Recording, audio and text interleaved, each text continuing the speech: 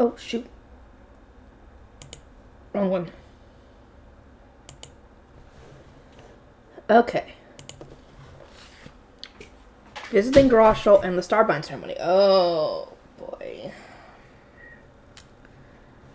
The lunch meeting in the Italian restaurant ended with great success, and to reward Frida and the planting company for working so hard over the past 2 years, I taught them the production method for gelatin and ring binders respectfully. So this helps organize large quantities of paper? It seems quite useful, Benno said, having already shifted to using plant paper for everything he could. He seemed especially interested in the binders and said that he would start producing them as soon as he could, although he would want to get one of his own first. And we of the Offma Company will need to prepare workshops to make gelatin, I suppose. The smell is quite intense, I warned, so I would advise that you build it near a farming town with many pigs. I thank you ever so much. We shall consider it.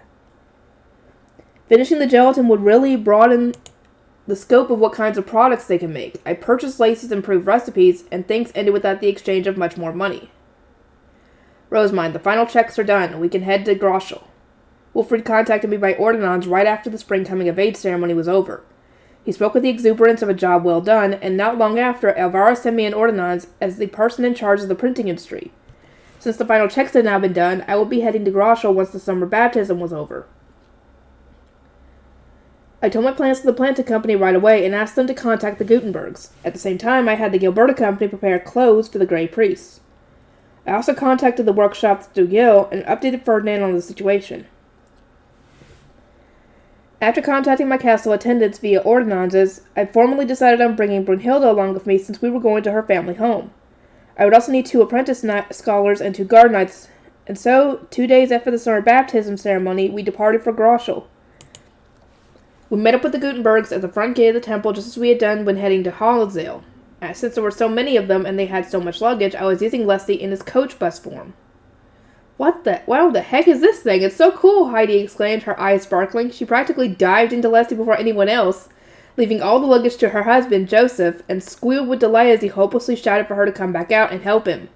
So soft, so fluffy, so nice to touch. What in the world is this made of? She asked while patting the inside of my panda bus all over. Ingo looked at Leslie with mild repulsion, and at Heidi too, but for that matter. But upon seeing Benno, Damien, and Lutz casually checking and loading their luggage alongside Zack and Johann, he clenched his fist to pump himself up and joined them. Lady Rosemine, Gil said. He had just arrived at the front gate with the Grey Priests and the workshop luggage. The Grey Priests were wearing second-hand clothing of a quality similar to what Planting Company apprentices would wear, since they were going to be doing work outside the temple and cooperating with scholars. Upon returning from Haas's monastery, I noticed them sometimes checking their necks and pulling their sleeves. They find formal clothing a bit uncomfortable since they've only ever worn work clothes and Grey Priest robes. They may need a little time to adjust, Gil explained with a half-smile. He had gone on enough trips with the planting company that, unlike the other Grey Priests, he was completely used to wearing outdoor clothing. There is something nostalgic about this. It feels like such a long time since I last went on a lengthy trip with you, Lady Rosemine. I suppose the last time was when we went to Ilgner, I replied. He hadn't come to Haldensdale for their spring prayer. So it really had been a long time since we last went somewhere together. The realization made me look forward to the journey ahead just a bit more. After everything was loaded into Leslie, Angelica climbed to the passenger seat and the Gutenbergs onto the back seat. The first time riders wore stiff, anxious expressions, while those who had ridden before swiftly put on their seatbelts and relaxed. Heidi was an exception to both groups. She was curious and wiggling around more than anyone. Farewell, remember to prop Wilfried up during even the smallest of conversations and avoid causing any problems. Ensure this does not become another one of your rampages, Ferdinand said. I know, I have sent Hugo to your kitchen, so you should be able to enjoy a few new recipes in my absence. Ferdinand and Fran saw us off as I took Leslie up into the air. We met up with Elvira and the others at the castle before heading to Groschel under the protection of the Knight's Order. Wilfried and Charlotte were sitting this one out, so we were having some lay scholars come with us instead. I could see Daniel's older brother Heinrich flying among them. Nice. Groschel was some distance beyond the river west of Ehrenfest. It had once been part of the central district, but when the Archduke candidate previously set to become the next Archduke had married Gabriel of Ehrenbach, thereby taking himself out of the running, he had given some of the Archduke's land to become a Geeb. Had Gabriel never married into Ehrenfest, that Archduke candidate would have become the next Archduke, and Brunhilde might have been an Archduke candidate right about now. Probably. In short, Grosha was the home province of both Veronica and the late High Bishop Bezenwast. Its Geeb's current wife was of direct Lies gang lineage, and he had refused to accept Bezenwast's belongings following his death. Welcome, Lady Rosemine. And Brunhilde, it's good to see you well, Geeb Grosha said. We exchanged our long formal greetings, and then while Elvira was speaking to the Geeb, Brunhilde went to prepare my room. She apparently wanted to console her family by showing that she was serving me as a more than competent attendant. After watching Brunhilde go, I introduced the Gutenbergs to the scholars Geeb Grosha had chosen to be in charge of his province's printing industry. Setting things up in Ilgner and Haldensdale had both required lengthy stays, so the Gutenbergs were going to be staying in the side building used during spring prayer and the harvest festival. Once the introductions were over, everyone but Benno and Damien carried their luggage to the side building and started preparing their rooms. What about the workshop luggage? Benno asked. Should we set it down for now? If possible, I would like it brought to the workshop by the end of the day, I replied. Unloading it from my high beast only to put it back in tomorrow would be a waste of time. Now I would ask that someone guide me to the workshop. You'll be visiting the lower city, Lady Rosemine? One of the lay scholars asked, balking at the very idea. That attitude wouldn't do. Benno, Damien, and the more experienced scholars were already discussing our next steps. But of course, I replied, I inspected the state of Ilgner's and Haldensdale's printing workshops myself. Plus, Wilfred has already been here in Grosha and checked the workshop personally. Is there anything strange about me following in his footsteps? I suppose not, but we lay scholars so often serve as liaisons between commoners and the nobility that I never thought archnobles and archduke candidates would carry out such tasks themselves. So, it's important to make sure everything is in order, and you all are going to be accompanying us, I said, giving an order to the scholars. Feline and Hartmut obeyed at once, so the lay scholars naturally followed suit. The Gutenbergs have work first thing tomorrow, correct? How long will signing contracts with the planting company take? I do not think that is a matter you need to worry about, Lady Rosemine. I cannot return to Ehrenfest until the job is done. I will not leave my precious Gutenbergs alone without any security. As land that had once been part of the central district, Grosha was quite different from Ilgner and Haldensdale, provinces where the nobles practically lived among the commoners. Here the castle came off almost like a second noble's quarter, and the inside was strictly delineated from the lower city. Perhaps it was unwise for us to approach this province in the same way we had the others. Sensing that, I put on my most pressuring smile, indirectly telling the scholars to consider the Gutenbergs my archducal property. Lady Rosemine, I do not believe you will need to attend this meeting, Brunhilde said, expressing resistance to the thought of me sitting about the same table as commoners. Oh, shut it. However, if the nobles here in Grosha wanted to join the printing industry, they would first need to understand how everything worked. As the scholars here are unused to this work, I will need to observe this as a figure of authority. You accompanied us here to see Grosha's new industry begin with your own eyes, and under the influence of your own guidance, did you not? I shall accompany you. Although Geeb Grosha, Brunhilde, and the lay scholars raised in the nobles' quarter were all surprised, I climbed into Leslie with the Gutenbergs and went to the printing workshop in the commoners' district.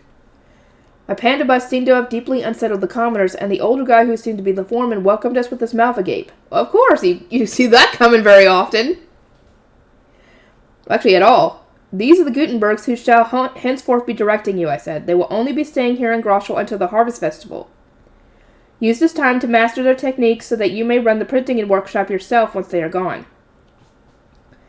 After the introductions were finished, the parts of the printing press were carried in and set down. Then, once that was done, it was time to visit the paper-making workshop. It had been constructed right beside a small river, and after we brought in some tools, I instructed introduced Gale and the other Grey Priests. The next day, discussions over the planting company's contract began under my supervision. It took several days to iron out all the details, and I used that time to bring my retainers and the lay scholars, Heinrich included, to the workshops where I demonstrated my willingness to interact with commoners. Brunhilde was initially taken aback by the prospect of entering the lower city, but when I said that the printing industry was going to be our next trend, she bit her lip and forced herself to come along. I see your passion for trends is well and true, Brunhilde. I am moved. My, were you testing me, Lady Rosemine? Brunhilde asked, narrowing her amber eyes. I looked at her head on and gave a firm nod. Indeed, I wanted to see just how much I could rely on you, and it seems I can trust you with practically all matters relating to trends. That is relieving to know. Brunhilde gave me a conflicted smile, half glad to have been recognized and half uncertain about being praised for essentially conceding to accompany me to a workshop. Meanwhile, Daniel was smiling sympathetically at Heinrich and the others, who were blinking in shock at how differently I handled things than all the other archivals they had worked with. Lady Rosamund is something of an iconoclast, whatever that is. Daniel said, even when you think you have grown used to her revolutionary ways, you will soon find yourself surprised yet again, brother. I know that now. It seems that adjusting will prove quite difficult, Heinrich said with a bemused smile, but he had been selected specifically because he was a young scholar who was fairly used to dealing with commoners. We went to the workshop several times over the next few days, where I would arbitrate between the Gutenbergs and the craftspeople. Hartmut would consult the Gutenbergs, and Valine would ask the craftspeople questions. It wasn't long before Heinrich was talking and asking questions in the same way. Looks like he's just as adaptable as Daniel. They really are brothers. I've had the scholars for this job selected based on their ability to heed the advice of commoners, I said. You shall be treasured for your role here. Heinrich, as you are capable of speaking to commoners without lording your status over them, I am glad to have you working in the printing and papermaking industries. After hearing me praise Heinrich, the other scholars got used to things fairly quickly.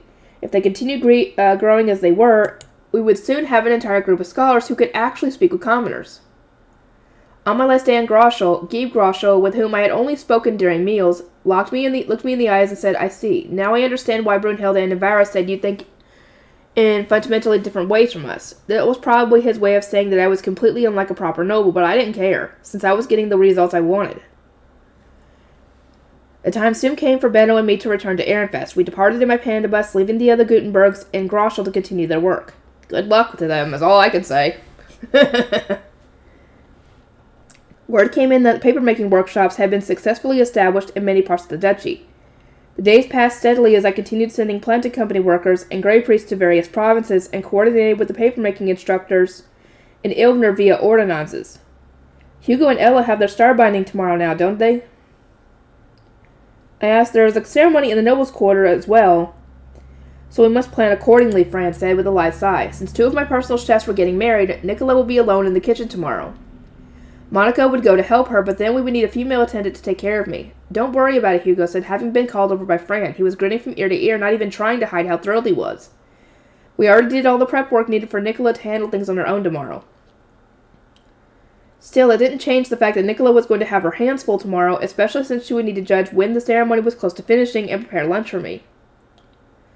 Tomorrow was no doubt going to be a struggle for her, but she was smiling happily in celebration of the wedding. She said that she would do her best for you, too. Hugo, show some spirit as well and protect Ella from the Taus. It was a customary part of the Lower City's Star Festival to throw Taus at newlyweds once the ceremony in the temple was over. The grooms would need to protect their brides from the fruit and run to their new homes, but that was easier said than done when there was so many jealous bachelors and bachelorettes among the crowd. Hugo knew this all too well, considering he had been among them during the previous year's ceremonies, throwing Taus as hard as he could. You can count on me. I'll laugh off all those sad single men who can't even secure themselves a bride. I'm the star of the show now, Hugo said with a grin. It was good to see him so motivated. Ella had much to do in preparation for her big day, so she had today off work, but I was hopeful that I would get to see her in her bridal get-up tomorrow at the temple. I noticed that Daniel was glaring daggers at Hugo, having not taken too kindly to his words as one of the aforementioned sad single men, but I boldly elected not to draw attention to it. I had already hired Elvira's expert services for him. There was nothing more I could do. All you gotta do is wait for Elvira to do something. The day of the Starbind ceremony arrived, and I started my preparations early in the morning. Lady Rosamund, I'm leaving for the orphanage. Take care of the children, Fritz. Gil was still in Groschel, so Fritz graciously offered to take the orphans to the forest to gather Taus. He was used to it now, since he had previously taken them during my trips to Ilgner and Haldensdale. Now then, Lady Rosamund, let us head to the chapel, Fran said. I took extra care not to step on the hem of my skirt as I went with him, and along the way Daniel leaned over and whispered to me. Lady Rosamund, will Lady Elvira be introducing me to someone tonight? I suppose only Mother knows the answer to that. You could have asked her ahead of time. I mean, she could have, but it would have been better not to, because if Daniel was in the same room as that ordinance when it flew in and said no, that would have... Poor guy. The poor guy needs love. Come on, guys. Elvira was extremely busy running her estate, expanding her faction, working on the printing industry, and preparing to welcome Lambert's bride. I could only guess she hadn't forgotten about only pray that she hadn't forgotten about Daniel. The High Bishop shall now enter, Ferdinand said from inside the chapel, signaling the Grey Priest standing outside to open the doors for me. That was the end of my chat with Daniel, and I entered the chapel with Fran carrying the Bible for me. I walked straight forward as the bells chimed, passing by the new couples and the Blue Priest before climbing up onto the stage. Ferdinand then started reading from the Bible, his voice resonating throughout the chapel. It was a passage describing the god of darkness marrying his queen, the goddess of light.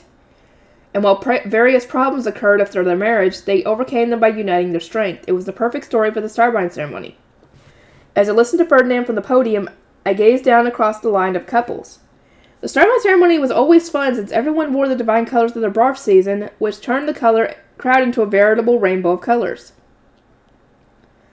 I could see Ella and Hugo in the frontmost line. Ella was looking up at the podium and wearing an emerald green dress, since she was born in spring. Her brown, almost red hair was adorned with the hairpin that I had commissioned for her from Thule. It wasn't so fancy that it made her stand out among the other brides, but it was just fancy enough to draw attention. I only ever saw her in work clothes, so seeing her all dressed up made her look especially cute, and especially prim and proper compared to the other brides, no doubt due to being influenced by Nicola's proper manners at the temple.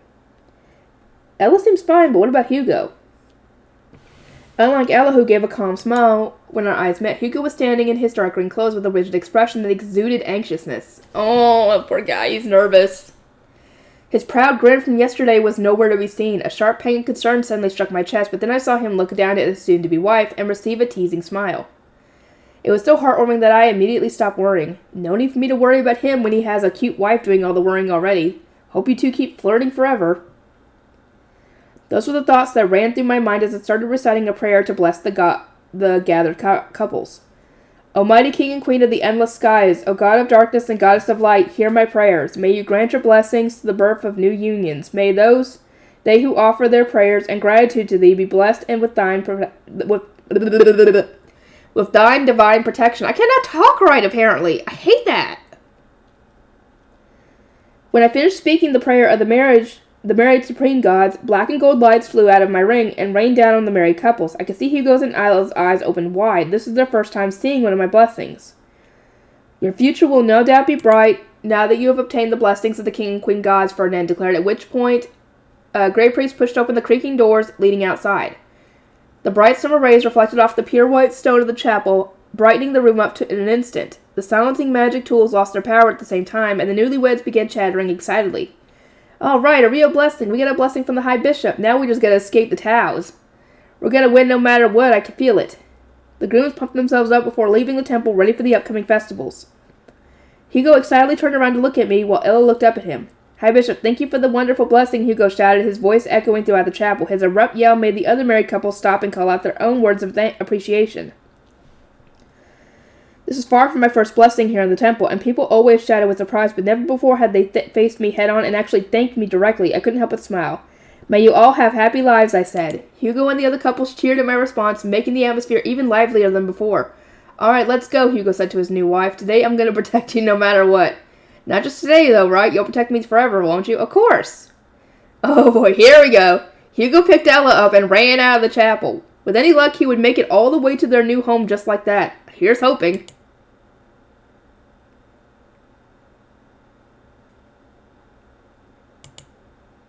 Oh boy, here we go with this. Now the summer stuff starts up. Here's hoping that we don't have to worry about anything happening during the ceremony. Here's hoping, because I'd rather not have anything happen. My brother Lampert's wedding. The Starbind ceremony in the Noble's Quarter ended without any particular incident. Eckert no longer had to go to the spot where unmarried people gathered, since he was now engaged to Angelica. And the two of them seemed to be in notably good moods as they dedicated themselves to their guard duty. There was the fact that Daniel had once again failed to find a cute girlfriend, but that didn't really matter too much. Aw, don't be mean! Poor Daniel needs love! But I mean, Elvira was busy, so she probably wasn't able to. She probably didn't have time. She probably barely had time to think. The day after the Starbind ceremony, I received a request for a meeting from Lampret. He wanted to discuss his bride. Rayard let out a sigh after bringing me the letter. I know you are busy, but if you have the time to meet with them, I would recommend that you do so, she said. At the moment, we were all on edge simply because she is from Ahrensbach. We can only pray that she is not the second coming of Lady Gabriel. Oh, God, no. Hope not. Gabriel was the Archduke candidate who had married into Ehrenfest by force and caused all sorts of chaos back in the day. Riarda had initially been serving Archnobleman family members as an apprentice attendant, but the Archducal couple at the time had requested that she start serving Gabriel instead. Lady Gabriel was an unfortunate woman. She was treated well as a first wife due to her status and the fact that she was from a greater duchy, but her husband truly loved his original wife, who was forcibly demoted to second wife, so the relationship ended up highly businesslike. Okay, so this was one without love. Alright.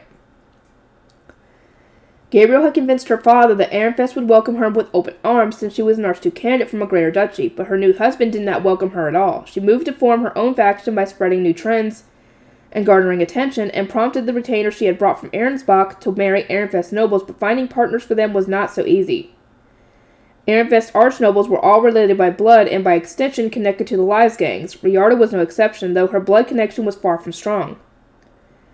It was by approaching men nobles with high quantities of mana who were more rebellious toward the Lies gangs that Gabriel built up her forces. Her daughter Veronica had then inherited the faction to become the Archduke's first wife. They eventually boasted enough strength to suppress the archnobles, including the Lies gangs, Riarda continued. Those of the former Veronica faction will no doubt approach Lord Lampert's bride in hopes of regaining the power they once had. She may feel a certain connection with them upon learning they have Arensbach blood. One certainly cannot help but feel nostalgic for a home they have left far behind, I mused. Customs, climates, and culture varied a great deal even within Ehrenfest, so it was easy to imagine why someone from another duchy would feel so homesick. For these reasons, milady, please make sure to discuss the situation with Lord Lampert and the rest of your family. The very future of Ehrenfest will be shaped by whether or not this new bride joins hands with the Florencia faction. Here's hoping, because I really don't want to see Lampert end up the same way, or essentially end up, I don't want anything bad happening. I was engaged to Wilfrid, who had my brother Lampert as his retainer, so how this new bride acted was very much significant to me. First of all, I will ask Lampert what manner of person his bride is, I said. I sent an ordinance to Lampert stating that Mother no doubt had her own thoughts about all this as well, and from there it was decided that our discussion about his bride would take place as a family meeting. We were subsequently told to gather at Karstad's estate. It was going to be my first time returning home since being adopted, and given the personal nature of our coming together, I would not be accompanied by any attendants or scholars. Eckert and, of course, Lampert were going to be there with me, so I was confident that I needed only Cornelius as my guard knight. But Angelica was already gathering her things to join us. I'm engaged to Lord Eckert, so I can attend these family meetings too, she said. He told me to guard you, Lady Rosemine. Eckert nodded. It's best for you to have a female knight with you, Rosemine, and Angelica's perfect for the role. Upon hearing this, Angelica placed a hand softly on her cheek and gave a reserved, peaceful smile. The last thing I want is to interfere with your family's discussion, she said. Just tell me what you think is best, Lady Rosamund. I'll do whatever you order me to. Hard to believe you're grandfather's disciple, Angelica Lampert said. I'm surprised you're able to survive his insane training regimen with such a docile personality. He was being completely deceived, which was actually rather understandable since he barely knew Angelica. In truth, she just wanted to avoid having to think about factions and politics and all that. She was pretty much asking me to just tell her the results of the meeting outright. Eckert and Cornelius both knew Angelica's true form, so they merely exchanged glances and shrugged. Let's go then, Lampert said. I climbed into my high beast and followed after him. I was used to traveling from the temple, but I hadn't returned to my family home a single time since moving to the castle. Truth be told, I couldn't even remember where it was. I only ever traveled by carriage back when I first visited the estate, and from above, the noble's quarter just looks like rows of identical ivory buildings. It's impossible for me to tell which house is which. It wasn't long before we landed at Karstad's estate. I didn't feel anything special about being back, since I had initially only been here until my baptism, but when Elvira and all the attendants who had taken care of me at the time welcomed me, home with those smiles, I strangely felt a bit moved. Welcome home, Lady Rosemine, and so I have returned. We were going to be holding our family meeting right after dinner, so I made sure to take my bath beforehand. That way I could participate in the discussion until I got tired and then go to sleep as soon as I returned to my room. Once I arrived at the dining hall, dinner began. I had been looking forward to it ever since the attendants mentioned that the head chef was pulling out all the stops. It seemed that they had been making improvements to Hugo's recipes as well, as we were served rare mixes of ingredients and a type of dressing that I had never tried before. This is quite good, I commented. I could tell the chef worked hard. I'll pass your words on to the head chef, Elvira said. They have been putting their all into creating new recipes. Rosamund, do you have any new recipes? Karstead asked, looking at me with hopeful eyes. I smiled in response and said that he would just need to look forward to my upcoming recipe book. Nicola had worked hard to put it together, so I would appreciate him chipping in to help make it successful. Karstead cackled and promised to buy a copy when it became available. I see you're as good at making sales as ever, Rosamund, he said. We peacefully enjoyed the rest of our meal before clearing the room to begin our family meeting. It was then that I realized that neither Karsted's second wife nor my half-brother Nicholas were in attendance. Well, this kind of doesn't really apply to them because it has nothing to do with their business, essentially. I understood they lived in the side building, and I had never seen them at any dinners or family meetings before, but this was important. Surely they needed to be here. Will Trudelade and Nicholas not be attending, I asked, looking around and tilting my head. Trudelade is a member of the former Veronica faction. She cannot be trusted here, Elvira replied. Trudelade had mostly been forced onto Karstead by Veronica, which explained why I had never spoken to her and why Cornelius had warned us to be on guard after Nicholas's baptism ceremony. Faction politics intrude even on households, huh?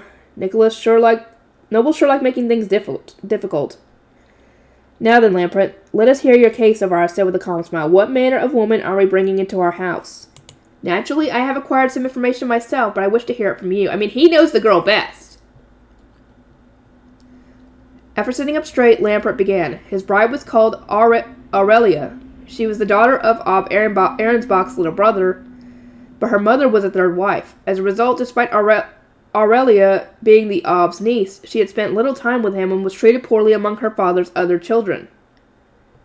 Even her younger sister fared better, for she was smart, friendly, and loved by all.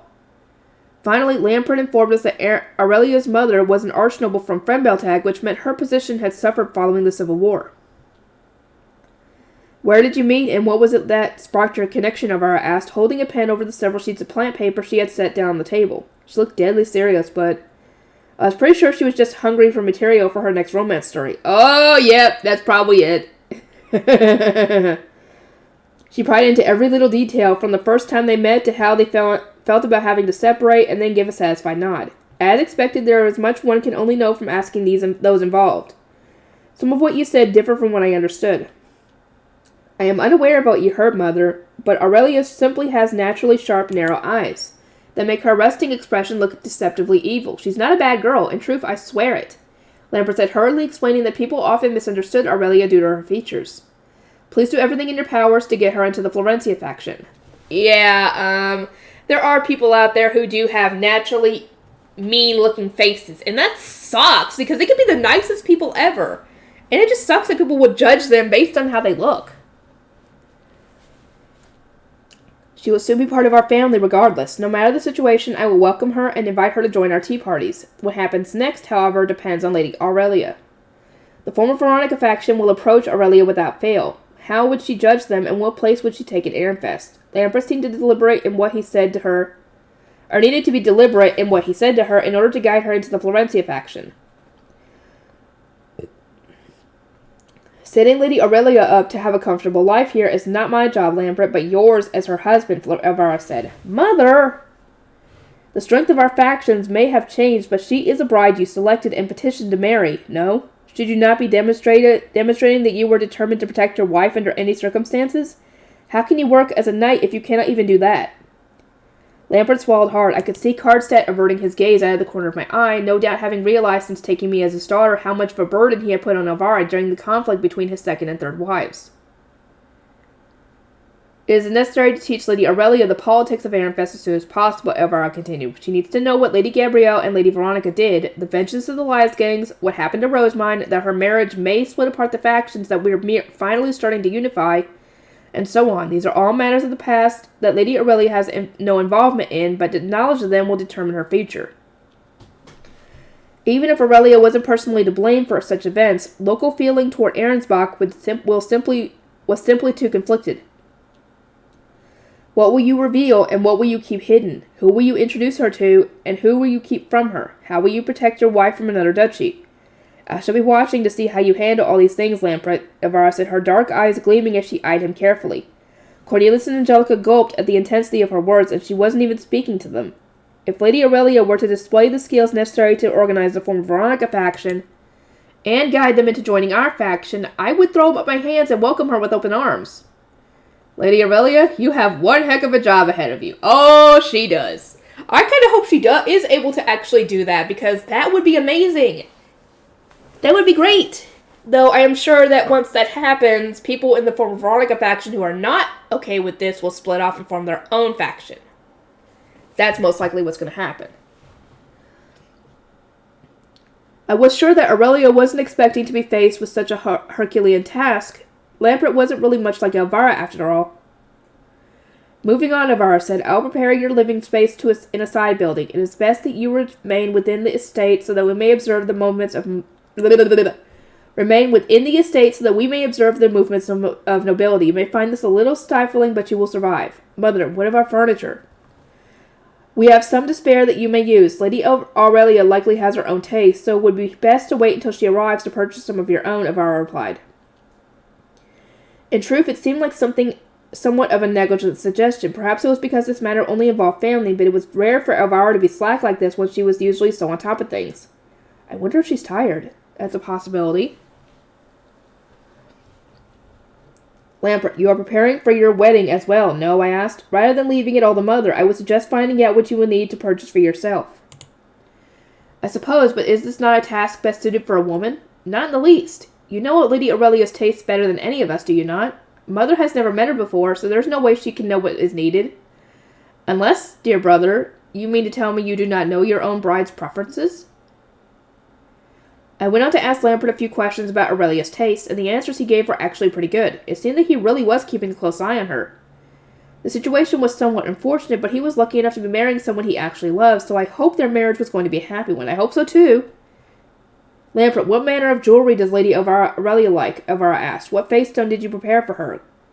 Choosing furniture will prove considerably easier if we go with a common theme that is to her preference. Elvira continued probing further and noted down each response. She was clearly having fun with this, since it was all served as new material for her stories. I had to respect her ability to keep enjoying her hobbies, no matter how exhausted she was from work. Eventually, Elvira set down her pen with a satisfied smile. I hope that she is as sweet of a girl as you claim, she said to Lampert before looking over at me. Rosamund, avoid contact with Lady Aurelia until her place is certain. You have more secrets that must be kept hidden than anyone in Ironfest, and yet you speak with the least restraint. Yeah, you need to work on that. And nodded solemnly, unable to argue against her sound reasoning, and promised not to meet with Aurelia before I received permission from my guardians. Cornelius, Angelica, keep a close eye on Rosamund as her guard knights, Elvira said. You may trust us, Lady Elvira. I won't let her see Lady Aurelia until you say so. Angelica replied, a heroic glint in her eyes as she accepted the job.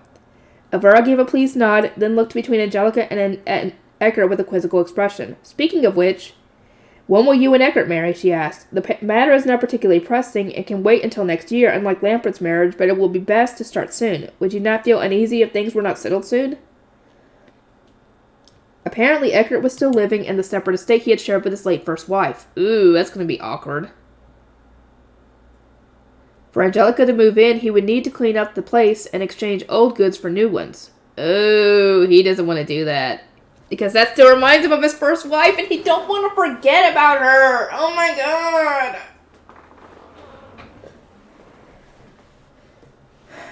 Eckert grimaced slightly at Elvira's words, but Angelica shook her head with a smile. I'm letting Lord Eckert decide when that happens. And since I still have a long way to go when it comes to my combat skills, I want to prioritize earning Master's approval. I'm not in any rush. I can even wait until Lady Rosamund comes of age, she declared, puffing out her chest proudly. Eckert gave a half-hearted smile, knowing that was much too long of a wait, while Elvira cratered her head. Until Rosamund comes of age, she asked? I could never put your parents through that. I cannot believe there is a woman even less interested in marriage than Eckert. Wow! Mother, you won't find a shred of romance anywhere in Angelica's head. The sooner you accept her for what she is, the better.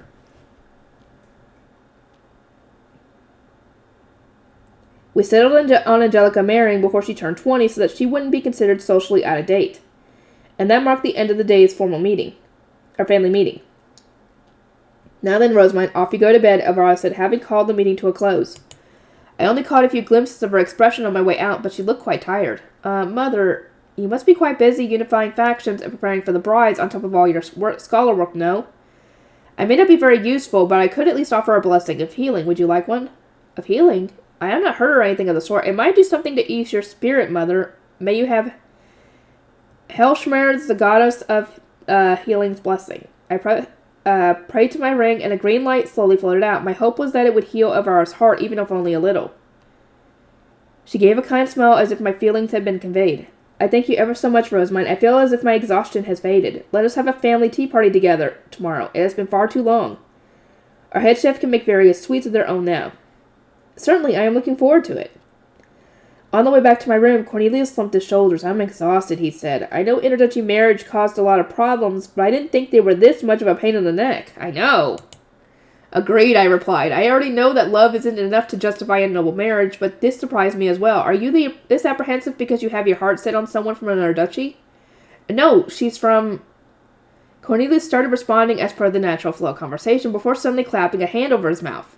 He stared down at me, looking absolutely horrified. He forced a neutral expression a split second later, but it was already too late. Uh-oh.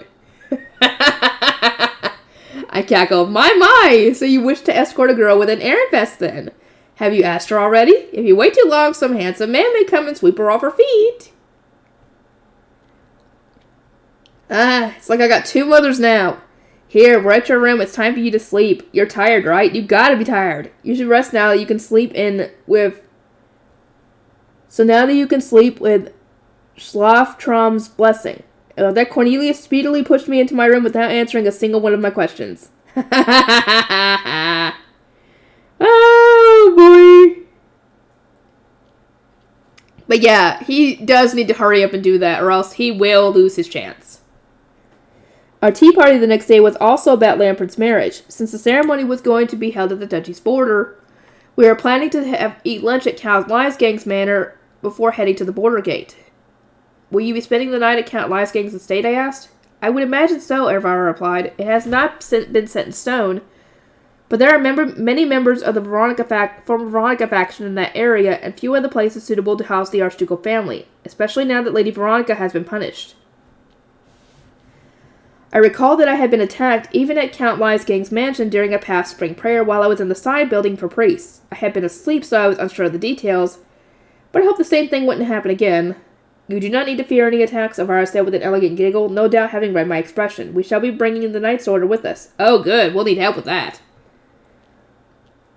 We went on to discuss the dinner-time feast that was going to be held on the day of the ceremony and the debut that would take place to welcome Aurelia. As our conversation went on, I suddenly remembered something.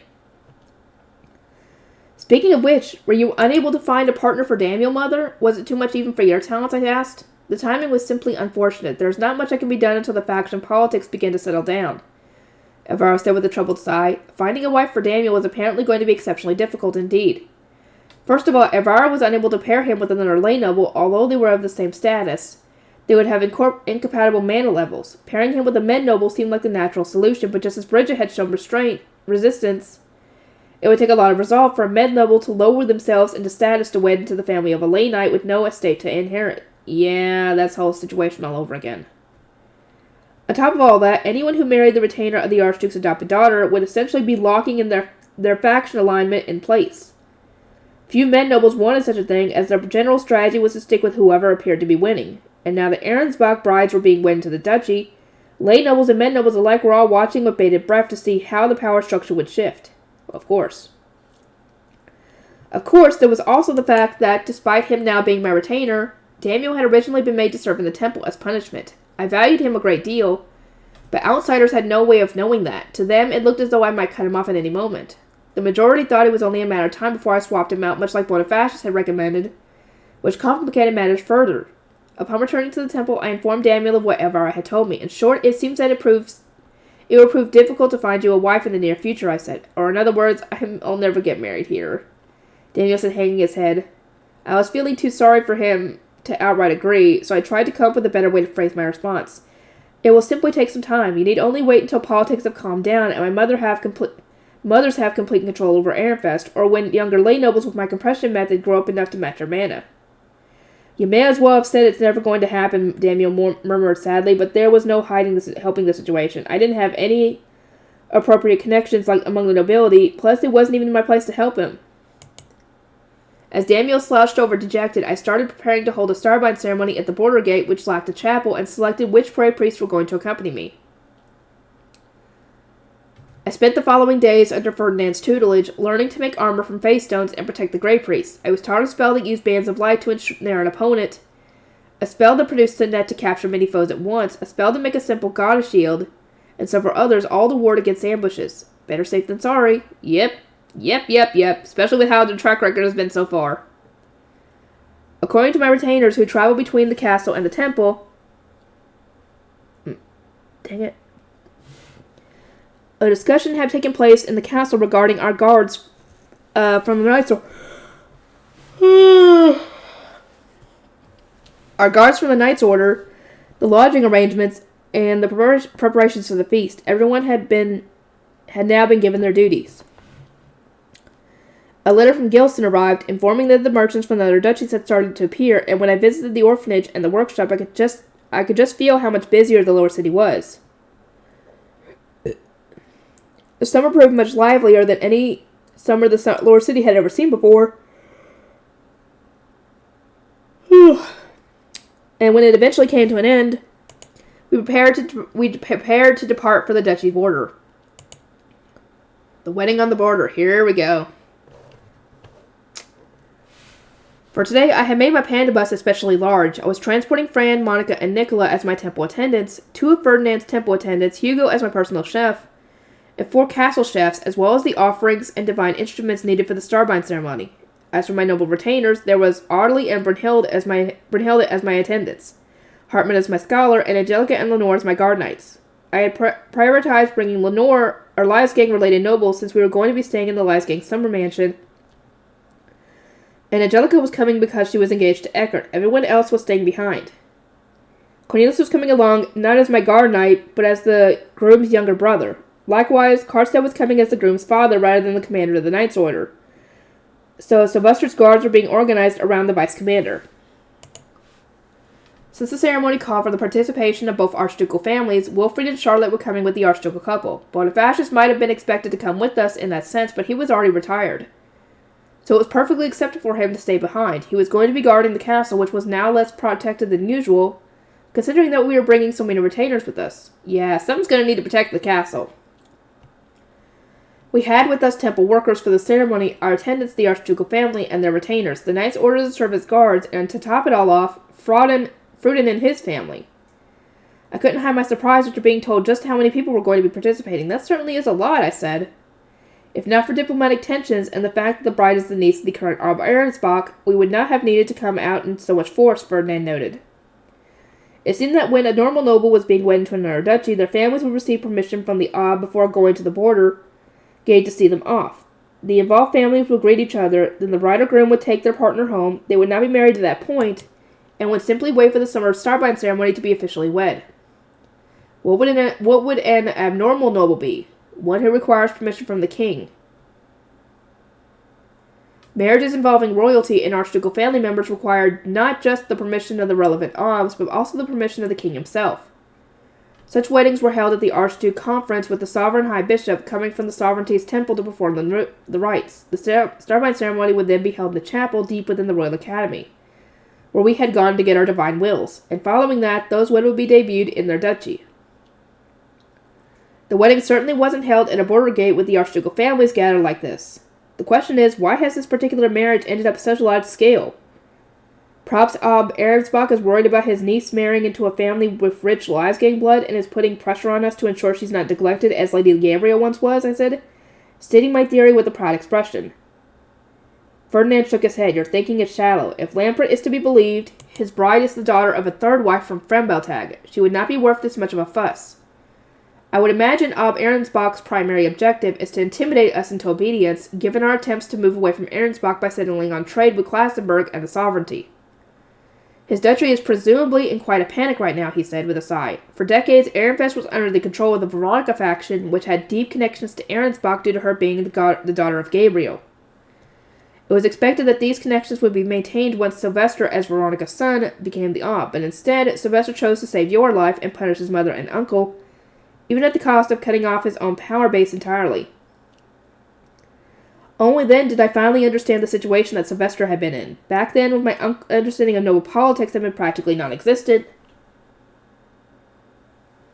I had wondered why a blatant criminal like Besenwast had been allowed to act as he pleased. Now I realized that punishing him would have cost Sylvester the support of all the nobles backing him. Sylvester had essentially turned his back on the very faction that had given him the power to become the Archduke in the first place. It must have been terrifying.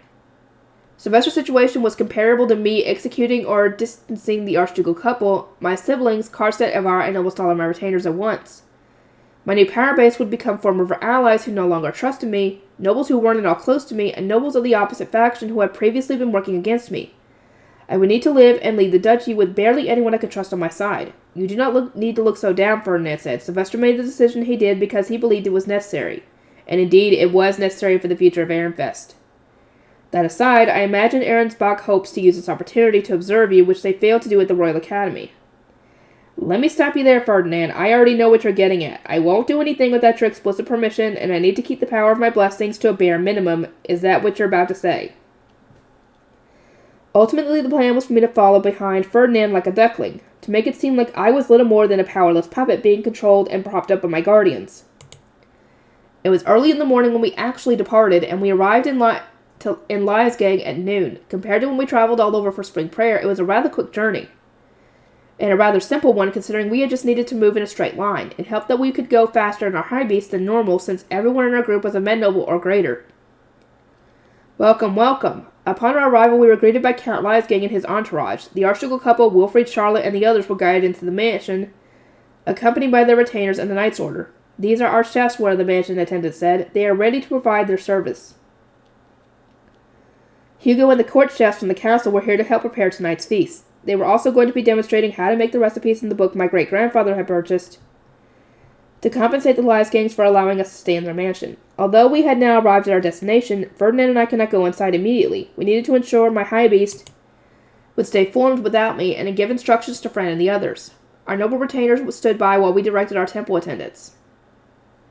After lunch, we will go to the side building to change, I said. Ensure our rooms are ready by then. Just like during spring prayer and the harvest festival, priests and shrine maidens couldn't go into the count's mansion, so Ferdinand and I had to change in our ceremonial robes in the side building instead. This was apparently the norm, and in retrospect, Ilgner was pretty slack for having allowed the Grey Priest to walk freely in their mansion in service of me during the harvest festival. We shall depart for the border gate first to prepare the shrine, Ferdinand added. We do not have much time. I understood. After receiving our orders, the Grey Priest got to work. They needed to ensure the side building was clean, move everything we needed to get changed into our rooms, and find an opportunity to eat the lunches that Ella had prepared for them. All in all, they were going to be pretty busy. Once we had confirmed that the Grey Priest had started carrying out their initial instructions, Ferdinand and I entered the mansion with our retainers. We were going to have lunch, change into our ceremonial robes, and then prepare to leave for the shrine. It was temple business, but we were going to be bringing our noble retainers with us nonetheless. Ceremonies weren't usually held at the border gate, so there was no shrine there for us to use. We were having to make one ourselves. At the same time, as a precaution in case of any ambushes, Ferdinand was going to be performing several modifications to the gate waiting rooms and the room where the ceremony was being held. Good idea. Monica and Nicola helped me change clothes, then we all climbed into Leslie. Angelica was in the passenger seat, and after making sure all the Grey Priests were in the back seat, we set off, traveling through the air to a point further south than Leisgang. What? Back when I performed spring prayer at the Blue Shrine Maiden, the border between Ehrenfest and Ehrensbach had been blurred by a great forest. Now, however, it was clear as day, as the vast expanse of trees abruptly became a flat, grassy plain. I had only been handling spring prayer and the harvest festival at the Central District for quite some time now, never having reason to come this far south. So I had been unaware just how dramatically the border had changed. I glanced over at Ferdinand, who was observing the scene with a tight frown. As expected, this had implications. I wanted to ask him a few questions, but the wind roared in our ears, and I could tell that he would chastise me for being unladylike for trying to shout over the noise when there was no emergency. For that reason, I decided to wait until we landed at the gate. It seemed that this protective barrier along the border allowed the Archduke to know when nobles crossed the border, which meant he would be able to tell the instant nobles from other duchies attempted to launch an invasion, although the barrier did not detect those who had too little mana to be considered a noble. The border gate had therefore been established to allow nobles to visit other duchies without being suspected of plotting an attack. So that's the border gate, hmm? A towering white gate sat in the middle of the sprawling forest. It was significantly larger and wider than the castle gate, since it had been made explicitly for nobles to travel through, but there was no wall stretching out on either end. As the barrier was invisible from where we were, it looked to be a randomly placed gate, and because everything except the city roads for carriages were green, it stuck out like a sore thumb. I really like that it stands out, Angelica said. It makes it harder to mistake it for anything else. She was exactly right. Not particularly insightful, but exactly right. We were greeted by the knights guarding the gate when we landed. Lady Rosemine, Lord Ferdinand. We were informed of your arrival, one said. I could see there was Arensbach knights here as well. I imagine it will be a challenge with the archducal family of both duchies arriving for the ceremony, but I trust that you will serve well. I said. Ferdinand instructed me to greet the representatives of both duchies and gave me pouches to hand to them, so I did just that. Inside the pouches was money for the knights stuck at the backwater gate to buy celebratory wine with later. We couldn't give them the alcohol outright, as doing so might lead to suspicion that we were attempting to poison them or tempt them with a drink while still on the job. Formally handling the representatives' money in front of the others was also a good move because it prevented them from being able to hide it away from their own purposes. Our gratitude is yours. The knights smiled a little, since the amount we had given them was very much appropriate for the size of the event. First impressions were important after all, and with that the knights took us to the room where the ceremony was going to be held. Priests, construct the shrine, Ferdinand instructed. Rosamund, go to the waiting room. Fran and the others unloaded all the luggage from my high beast, after which I put away Leslie and moved to the waiting room. Adelie and Brunhilde were the only ones with me, while the others were busy with preparations. They swiftly prepared tea for me and set down the cookies Ella had made before my departure. As I munched my way through my snacks, Ferdinand came into the waiting room with his retainers, having luckily finished putting the divine instruments and such into place. Justice poured him some tea right away. I didn't recognize several of the other retainers, and it was somewhat odd not seeing Eckert among them. Ferdinand and I discussed the day's ceremony and who would be handling which portions. Once that was done, I was finally granted the opportunity to pose the question that had been playing on my mind. The environment here certainly has changed. Unless my memory deceives me, is this not the place where we were ambushed in the past, I asked. It seems that my deliberately vague use of "in the past" had gotten my message across loud and clear. Ferdinand nodded and said with furrowed brows that this was at least close to the same place. I had already known that it wasn't exactly the same area, since I hadn't seen the extremely memorable gate back then, but it was nearby in the sense of being close to Ehrenbach's border. Ferdinand took out the sound-blocking magic tool from a leather pouch hanging from his belt and held one out to me. There are Arensbach knights here, he explained with a defeated sigh, informing me that I had blundered once again. Sorry. No matter, I expect that the Arensbach province on the other side of this border was under the jurisdiction of Count Bindewald, whose fate you know well. It is clear to see that they are suffering quite a severe mana shortage. The question is whether this is because his replacement lacks enough mana, no replacements were sent as punishment, or Arensbach as a whole is lacking in mana compared to the past. I pursed my lips. What are they thinking sending over 2 brides when they're suffering this much already? The Archduke's niece is surely an archnoble, and she has more mana than Lampret did before he learned my compression method, does she not? I would have assumed she was quite valuable to them. They would be demanding something of greater value than the 2 brides, obviously. We simply do not yet know what that something is. We know too little and lack far too much information, Ferdinand said before sipping his tea. By the time the shrine was in order, the Ironfest party had arrived. The Arensbach party showed up a short while later, and the 2 archdukes exchanged quite lengthy greetings. I listened in a daze while observing those from our neighboring duchy. The brides were standing in the back, their faces covered with embroidered veils, so I was mainly watching Ob Arensbach and his family. So this is Ob Arensbach, then. Who is presumably no younger than 55, old enough to be called a grandfather without hesitation. Georgine genuinely looked like his daughter standing next to him. And with Detlinde there, it was like seeing 3 different generations all at once. There was a girl even younger than Detlinde, perhaps my age, hiding behind Ob Ehrenbach. She had blonde hair, blue eyes, and gosh, was she cute. Is she the other Archduke candidate? Her being an Archduke candidate meant she was the Archduke's child for sure, but she couldn't have been Georgine's child. I had heard that Detlinde was her youngest daughter, not to mention they looked entirely different, and she was standing too far apart from the others. Either the Archduke has another wife, or he adopted her just like Sylvester adopted me. The latter is the option here.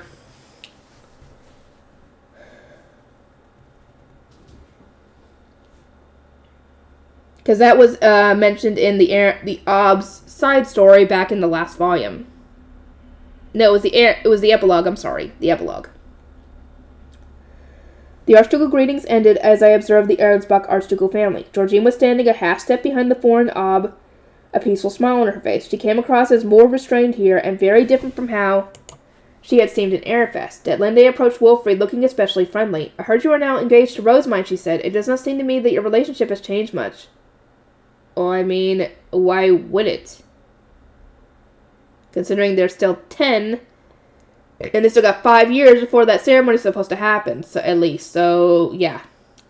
We were a family to begin with, Wilfried replied. It was only natural that our relationship would not change. I watched Detlinde go on to exchange formal first greetings with Charlotte before turning to look at Aurelia, who was standing with her family. The veil covering her face meant I couldn't see her facial features very clearly, but her fancy clothes were certainly appropriate for the niece of an archduke.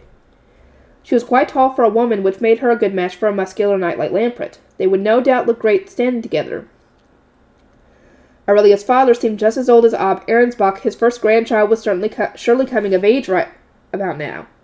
Aurelia's mother was his third wife, and presumably his latest. She seemed about as old as Elvira, and she was standing beside a girl whose identity was easy enough to guess. Is that the smart, friendly, and beloved little sister? She looks a little bit like Tuli, I think. Her long braid, bright smile, and lively aura all made me think of my own sister. She looked to be about the same age as well, but Tuli was more well-developed than most, so I could assume this girl was actually about as old as Detlinde.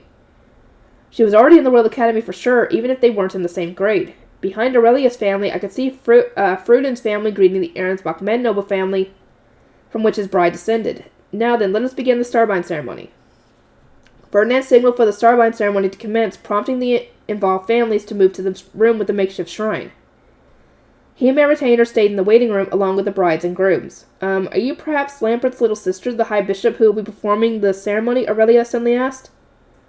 I am told you are known as the Saint of Ehrenfest, but will you be okay performing at such a young age? I've been doing it for a year, so yeah.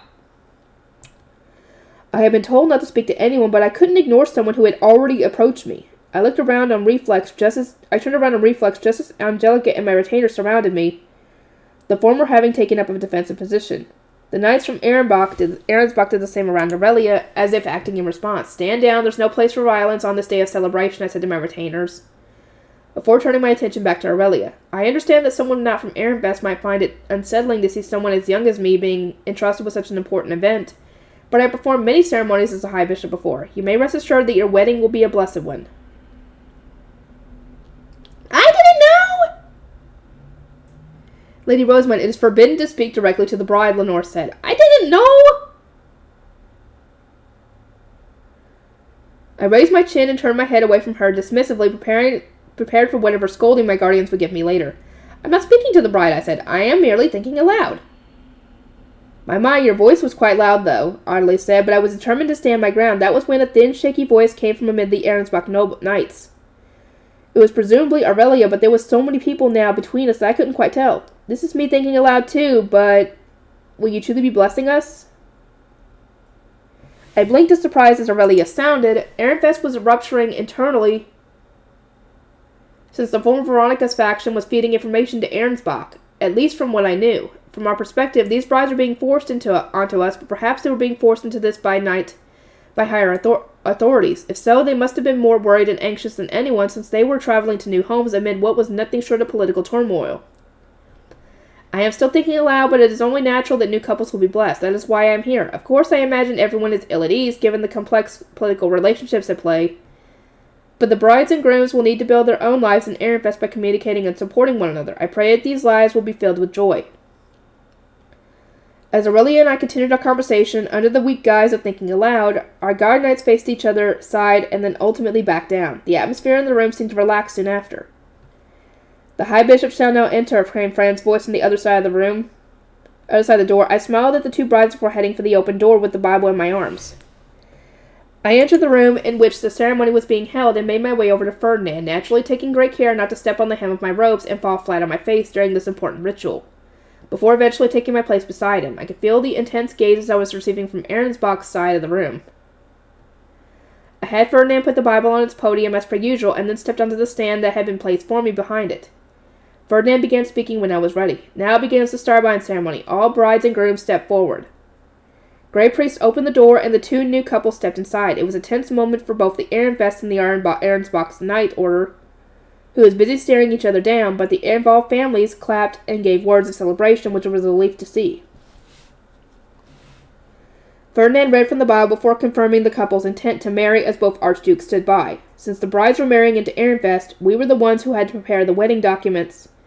Sylvester took out 2 contracts from which went up in golden flames after the brides and grooms signed them with magic pens. Once they had vanished completely, the wedding was complete. The high bishops had now blessed the newly formed couples. It was my time to shine. Ferdinand handed me a face stone he had preemptively filled with the proper amount of mana, such that my blessing would not end up being too great. It was effectively Plan A in his Rose Mine Chaos Prevention scheme. He gave me a sharp look that seemed to stress just how important it was that I not mess this up. And I returned a brisk nod to show my understanding before taking a deep breath. O mighty King and Queen of the endless skies, O God of darkness and Goddess of light, hear my prayers. May you grant your blessings to the birth of new unions. May those who offer their prayers and gratitude to thee be blessed with thine divine protection. I am not getting this right. As I prayed to the supreme gods, black and golden lights swirled in my ring like usual, then shot up in the ceiling. The colors overlapped, mixing together, and then burst apart into specks of light dust, which rained down upon the newlyweds.